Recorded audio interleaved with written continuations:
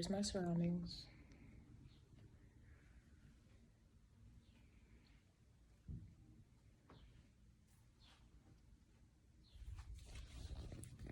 Here's my note cards.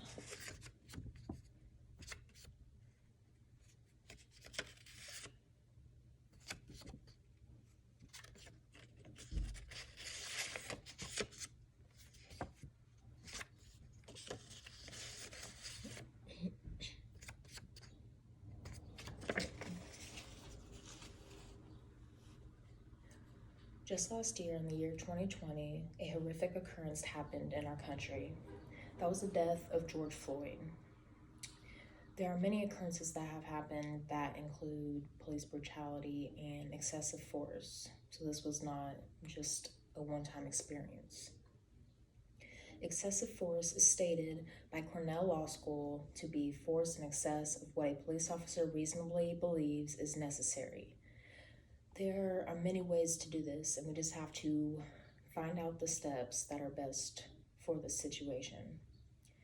The president of Police Executive Research Forum, Thomas Frazier, stated in 1999, an effective police-minority relationship can contribute to the reduction in incidents of excessive police force. So again, there are many steps that we need to take to get to this resolution. And today we're going to be going over the problem of how discrimination and racial bias play in this worldwide epidemic. And then we will bring up how diversity challenges police and how they go about situations in everyday life with citizens.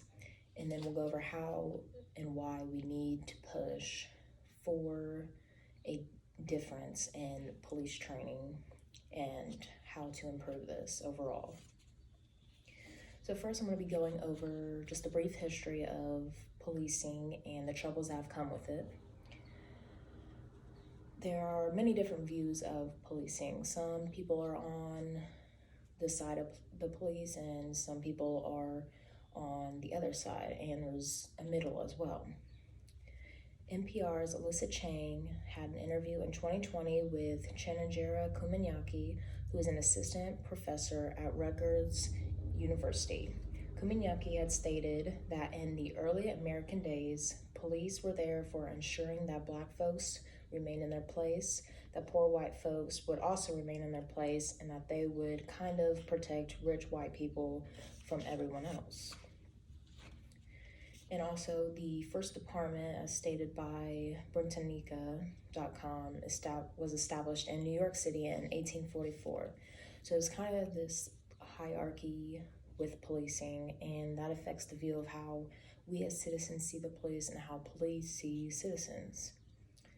And this can contribute to stereotypes that we have of each other. Racial and cultural biases are nothing new, and as stated in the book Proactive Policing, Effects on Crime in Communities, police officers have often been the enforcement arm of both explicitly racist and tactically discriminating norms and laws. So these norms are caused by this problem of discrimination, as you can see, and this can cause us to not know how the police to not know how to interact with citizens on an everyday basis, and it can cause a divide between us as a community.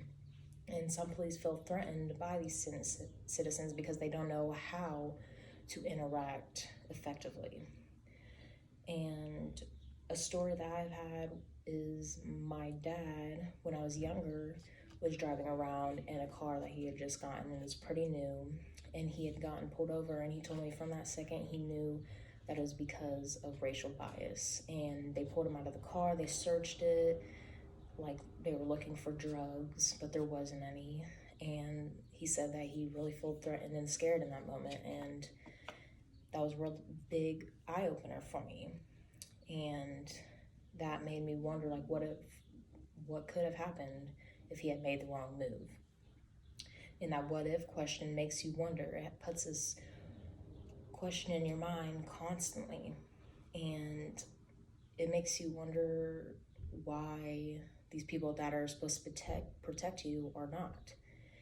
And change and justice are the answer to that worry. And conflict management is important. They should not want to use lethal weapons the first interaction they have with somebody. Realizing differences and speaking up is what needs to happen. Like in George Floyd's case, some people were on the police side still after clear evidence. It's like they had this lens over their eyes. As MLK quoted, "Our lives begin to end the day we become silent about things that matter." So to get away from this silence and to avoid this, we need to improve police training and how to effectively go about situations. According to David Gadzera at Harvard Kennedy School, police training focuses too much on firearm skills and omits vital exposure to non-lethal weapons and conflict management. And like I said earlier, conflict management is very important for what police need on an everyday basis, to know how to deal with stressful situations and to not go to a lethal weapon like a gun the first move. It's like that defense mode. They need to know how to combat that. So to conclude everything, police brutality is really important to me. I've dealt with racism my whole life, and police brutality has always been an interest to me, so I educate myself on that more. So I've had to stand up against people in a minority situation, and that really taught me and it really strengthened me as well. So I hope you can see why we need to make a change. And when you know something is wrong, speak up and not just do it when people have done it before you. Thank you.